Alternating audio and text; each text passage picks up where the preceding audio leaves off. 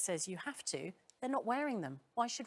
An article back in the Times in February 1982, on the eve of the 30th anniversary of the Queen's reign, politely suggested that the time might have come for the monarch to step back. I mean, she refused to then.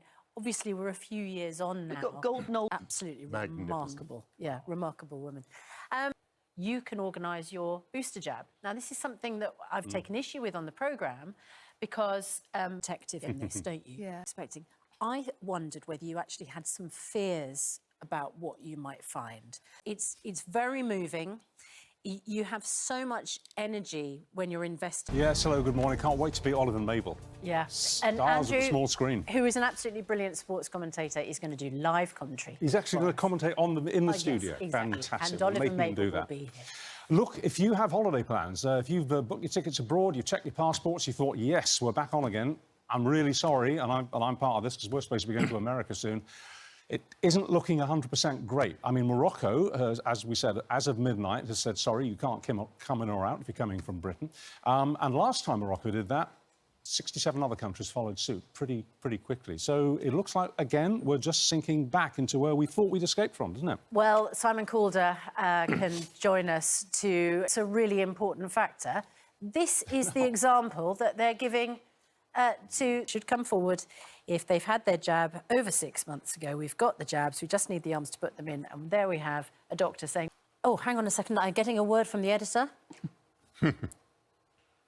Says if you've been contacted, then you can book online. But if Richard Madeley, yeah, absolutely. we're very envious. Still to come, loose woman and ITV newsreader Charlene White joins us as she talks about her journey to discover more of her family history. That's next. You're watching Good Morning Britain on ITV. 6:56. It is competition time now. You'll know it's our biggest giveaway ever.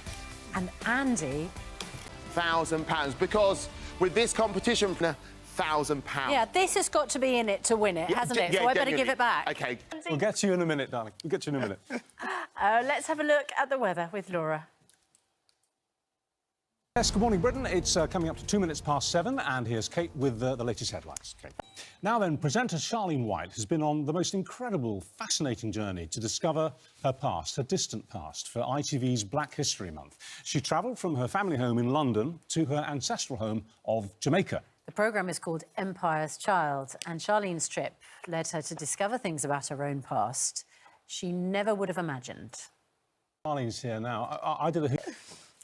Still ahead on Good Morning Britain, the unlikely social media stars of London. Now we're going to get the news, the travel and the weather wherever you're watching. See you in a moment. It's 7:15, still to come after reports from Good Morning Britain on ITV.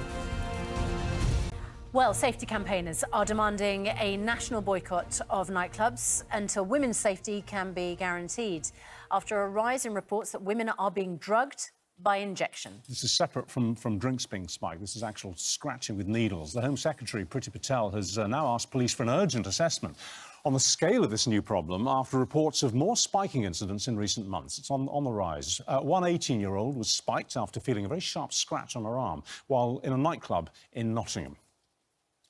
And she's still in shock, really. We're now joined by Leah's... All right, it's 7:36 and still to come.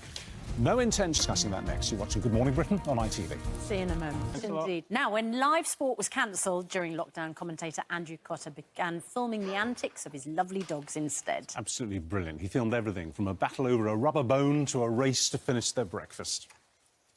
And Andrew Cotter joins us now with Olive and Mabel in the studio for the rematch. The reason you're in today is because you've got the brilliant book, Dog Days, A Year with Olive and Mabel out. Hello. Take it away, OK, Andrew. so I've been... He's going to put them... I'm going to have to let them off the leads. Oh, no, they're doing it on the leads. OK, so Tim, who comes from a long line of dog ball placers. What's going on here? They're both going for the same ball.